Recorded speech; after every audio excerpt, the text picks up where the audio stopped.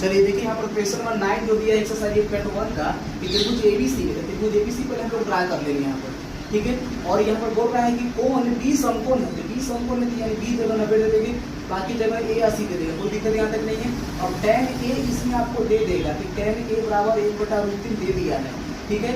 तो कहेगा कि निकालिए ए बराबर निकालिए sin a into cos c plus में है cos a into sin c, ये हम लोग को निकाल लेना है। इसका वैल्यू कितना होगा ये निकाल लेना है। तो इसके लिए सबसे पहले हम लोग क्या करेंगे, देखिए tan a के मान 1/√3 अगर यहाँ पर दिया हुआ है तो tan a के फॉर्मूला पे लिख लेंगे। tan a के फॉर्मूला क्या होता है, p/b होता है।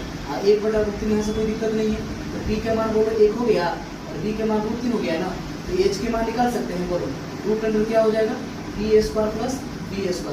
लेकिन एक मिनट रुक जाइए, पहले यहाँ से क्या हो जाए p/b अगर आप लिख लिए हैं, ठीक है ना, p/b अगर आप यहाँ से लिख लिए हैं तो कह सकते हैं कि p कौन होगा, तो a के सामने यानी a p हो जाएगा, a b हो जाएगा, a वाला h हो जाएगा, यानी bc/ इसको हम क्या लिख सकते हैं, a b लिख सकते हैं, कोई दिक्कत यहाँ तक नहीं है। 1 और a √3, तो bc के मान हो गया 1 और ab के मान हो गया √3, यहाँ तो कोई दिक्कत नहीं है।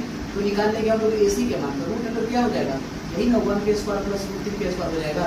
तो 1 हो जाएगा, 1 का 3 हो जाएगा, यानी 4 होगा, 4 का 2 हो जाएगा, यहाँ तो कोई दिक्कत नहीं है। अब साइन ए निकाल लेते हैं हम लोग, इधर पूरा कर लेना साइन ए, ठीक है ना, फिर cos c निकाल लेंगे, ठीक है, फिर cos a भी निकाल लेंगे और cos c यहाँ है, ठीक है, यहाँ sin c है, सब निकाल लीजिए। इसके बाद मान रख के सोल्व कर लीजिए, बस यही है ना।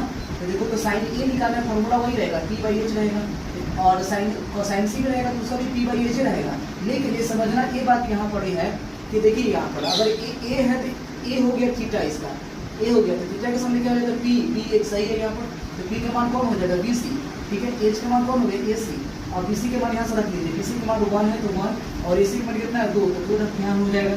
अब बोलो यहाँ से sin c का भी फॉर्मूला यही रहेगा, लेकिन इस बार c थीटा है तो थीटा के सामने कौन हो जाएगा, a वाला p हो जाएगा ना, और a वाला हो जाएगा आपका b, यानी p हमको लेना है तो p हो गया ab, और b कौन हो गया b, h कौन थे, h तो ac है, और ab के मान यहाँ से लिख लीजिए, ab के मान हो गया √3, ac के मान कितना हो जाएगा, ac के मान 2।